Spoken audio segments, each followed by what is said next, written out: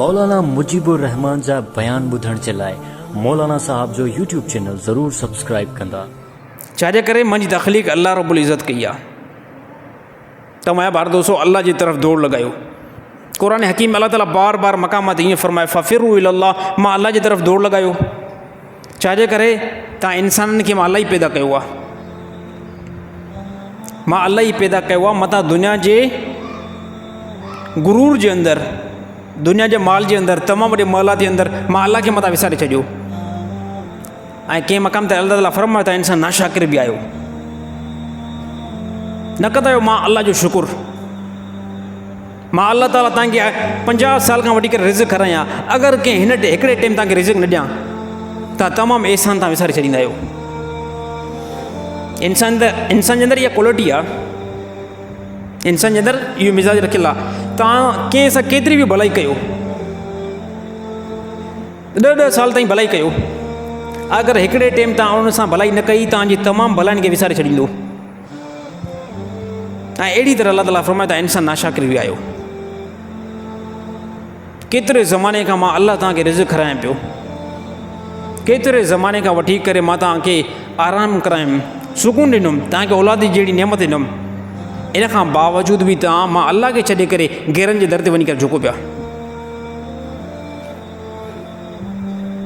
गैरनि खे सभु कुझु सम्झो पिया। त मुंहिंजा भाइर दोस्तो, इन दुनिया जे अंदरि मुसीबत जेकी ईंदी आहे उहो असांजे पंहिंजे अमाल जे दारो मदार ते ईंदी आहे। अल्लाह ताला पूरी काइनात में कंहिं बंदे जे मथां ज़ुल्म न कंदो आहे। कंहिं बंदे जे मथां अल्लाह ताला कंहिं क़िस्म जो कोई ज़ुल्म न कंदो आहे। बंदो पंहिंजे मथां पाण जेको ज़ुल्म कंदो आहे। जेतिरा असांजा गुनाह ज़्यादा थींदा असां ओतिरो परेशान थींदासीं। असांजा जेतिरा ज़्यादा गुनाह असां ओतिरा परेशान, असांजी जेतिरी नेकी ज़्यादा ख़ुदा ओतिरा मामलात बहितर बणाईंदो वेंदो, ओतिरा अल्लाह ताला मामलात कंट्रोल में कराईंदो। दारोमदार कंहिं ते आहे? दारोमदार इन इंसान ते आहे, दारोमदार तव्हां ते आहे। जेकॾहिं अगरि तव्हां दुरुस्त था थी वञो, अल्लाह ताला तव्हांजा तमामु मामलात बहितर करे छॾींदो। अगरि जेकॾहिं तव्हां दुरुस्त न आहियो, ख़ुदा तव्हांजे हालात खे बिगाड़े छॾींदो। कंहिं बि क़ौम खे अल्लाह ताला उन टाइम ताईं तब्दील न आहे कंदो जेसिताईं उहो क़ौम पंहिंजे फिस्क ऐं फुजूर खां पाण न निकिरे, पंहिंजे गुनाह जे मथां तौबा न करे, अल्लाह ताला न कंदो तब्दील। त अहिड़ी तरह अल्लाह ताला अॻिते फरमायो, अशम्सु वल क़मरु बिहुस्बान। मां अल्लाह ताला क़ुरान नाज़िल कयुमि, तव्हां इंसान खे क़ुरान सेखारियुमि, तव्हांखे पैदा कयुमि, इन खां बाद में तव्हांखे कलाम करणु सेखारियुमि। पोइ अल्लाह ताला दुनिया जो मामिलो ॿुधाए पियो, काइनात जे अंदरि सिस्टम कीअं थो हले। अल्लाह ताला फरमायो, सिज ऐं चंड मुंहिंजे हुकुम जे एतबार सां हिकु वक़्तु मुक़ररु ताईं हलनि था।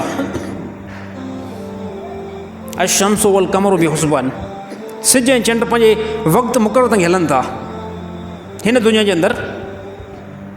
यानी मां अल्लाह जो हुकुम थिए थो त गर्दिश कयो, सिज खे मां अल्लाह जो हुकुम थिए थो त गर्मी ज़्यादा कर त उहो गर्मी ज़्यादा थो करे। अहिड़ी तरह मां अल्लाह जो हुकुम थिए थो त सर्दी थिए त सर्दी थी थो वञे।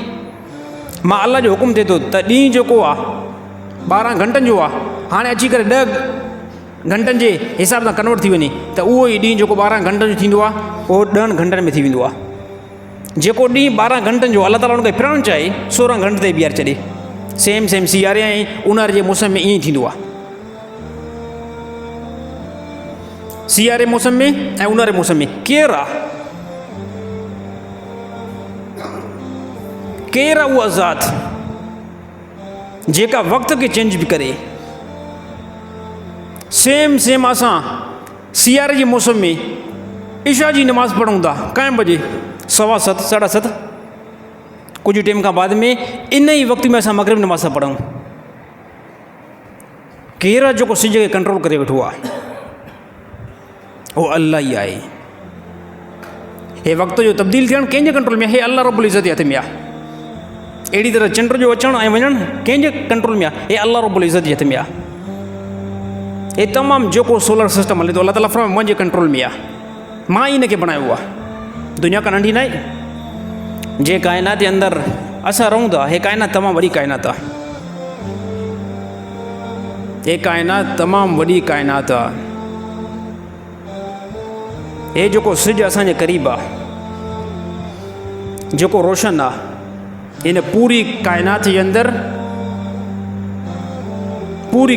अंदरि अहिड़े सिज जे एतबार सां जेके लाइटियूं आहिनि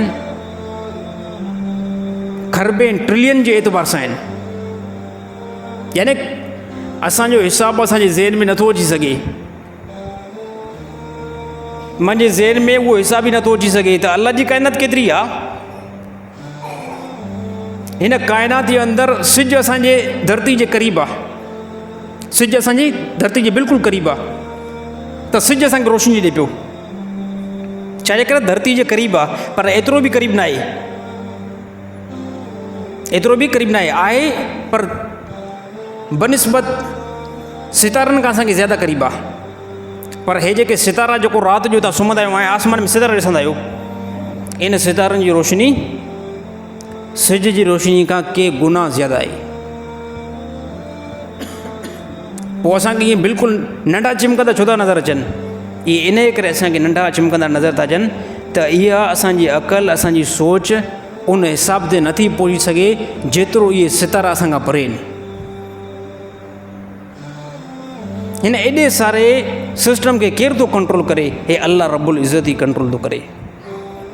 हिन पूरी काइनात एतबार सां असांजी दुनिया जेकी आहे कुझु बि न आहे, बिल्कुलु हिकु नंढी दुनिया आहे असांजी। अल्लाह ताला इन दुनिया जी तरफ़ मोकिले करे ऐं तमामु इंसाननि खे मैसेज ॾिनो त आख़िर जी ज़िंदगी तमामु वॾी ज़िंदगी आहे, तमामु वॾी ज़िंदगी आहे। उन ज़िंदगी करे उन ज़िंदगी खे बणायो अल्लाह ताला। वास्तो पैगम्बरनि जो वास्तो ॾिनो, पैगम्बर खे अल्लाह ताला रसूल करे मोकिलियो। रसूल छा खे चइबो आहे? रसूल उनखे चइबो आहे जेको अल्लाह जे तरफ़ां तव्हांजी तरफ़ का शइ खणी आयो हुजे, अल्लाह जो मैसेज खणी आयो हुजे, अल्लाह जी ॻाल्हि खणी आयो हुजे, उनखे रसूल चइबो आहे। त रसूल मैसेज खणी आयो अल्लाह ताला जो, त ए इंसानो तव्हांजी आख़िरत वारी ज़िंदगी तमामु ज़्यादा वॾी ज़िंदगी आहे, उन ज़िंदगी खे बणायो। हाणे हिन ज़माने में त पैगम्बर जो सिस्टम ख़तमु, नबी सल्लल्लाहु अलैहि वसल्लम फरमायो मां आख़िरी नबी आहियां, मां खां बाद में कोई बि नबी न आहे। त हिन टाइम उम्मत इस्लाह केरु कंदा? अहले इल्म उम्मत इस्लाह कंदा। हे असांजे ज़हन में कॾहिं कॾहिं ॻाल्हि फिरंदी आहे न, त कोई बि जेकॾहिं अगरि कंहिं बंदे खे वाइज़ो नसीहत थो करे त उनखे असां छा चवंदा आहियूं? तूं हलियो वञु, हर को पंहिंजी क़बर में पाण वेंदो। हे वॾी ख़तरनाक ॻाल्हि आहे, हे वॾी ख़तरनाक ॻाल्हि आहे। अगरि कोई बि तव्हांखे दीन जी का ॻाल्हि ॿुधाए, तव्हां उनखे चओ त तूं हलियो वञु, हर को पंहिंजी क़बर में पाण पवंदो। छाजे करे त जेको बि अगरि तव्हांखे इस्लाम जी ॻाल्हि सेखारे थो, इस्लाम तव्हांखे दीन ॿुधाए थो, इहो ईअं सम्झो नबी सल्लल्लाहु अलैहि वसल्लम जो नुमाइंदो थी करे तव्हां ॾाढो बीठो आहे।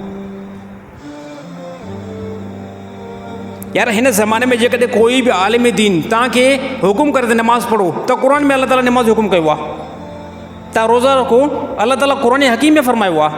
त इहो कोई बि आलिम दीन ईअं सम्झो रसूलुल्लाह सल्लल्लाहु अलैहि वसल्लम नुमाइंदो थी करे तव्हां ॾाढो बीठो आहे ऐं तव्हांजी इस्लाह करणु थो चाहे। ऐं असां छा चवंदा आहियूं त तूं हलियो वञु, हर को पंहिंजी क़बर में पाण पवंदो, त सुभाणे तोखे चङी तरह ख़बर पवंदी। ऐं जेकॾहिं इहे बंदा रसूलुल्लाह सल्लल्लाहु अलैहि वसल्लम जे ज़माने में हुजनि हा त यकीन तौर ते उहो काफ़िर ई थियनि हा। छो त नबी सल्लल्लाहु अलैहि वसल्लम ज़माने जे अंदरि काफ़िरनि ईअं छो न त तव्हां हलिया वञो, हर को पंहिंजी आख़िरत पाण ई ॼाणींदो। त इहा वॾी ख़तरनाक ॻाल्हि आहे। इहा असांजे मुआशरे जे अंदरि तमामु वॾी आहे, ख़ासि करे असांजे अंदरूनी सिंध जे अंदरि वॾी अजालत आहे। कोई बि तव्हांजी इस्लाह करणु चाहे, तव्हांखे दीन सेखारणु चाहे, त हुनखे चओ त मां तव्हांखां बहितरु इल्मु ॾियणु नथो ऐं तव्हांखां ज़्यादा जेको क़ुर सम्झां थो। ऐं ज़िंदगी अंदरि नमाज़ अहिड़ी तरह क़ुर ऐं रसूलुल्लाह सल्लल्लाहु अलैहि वसल्लम वारा अहकाम न हुजनि त हे बंदो यकीन तौर ते नाकाम थींदो। त उहो ई बंदो कामयाबु थींदो, उहो ई बंदो कामयाबु थींदो जेको कलाम मुक़द्दस खे मज़बूत पकड़े, कलाम मुक़द्दस खे मज़बूत पकड़े ऐं अहिड़ी तरह रसूलुल्लाह सल्लल्लाहु अलैहि वसल्लम जी ज़िंदगी खे मज़बूत पकड़े, हे निजात वारो थी वेंदो।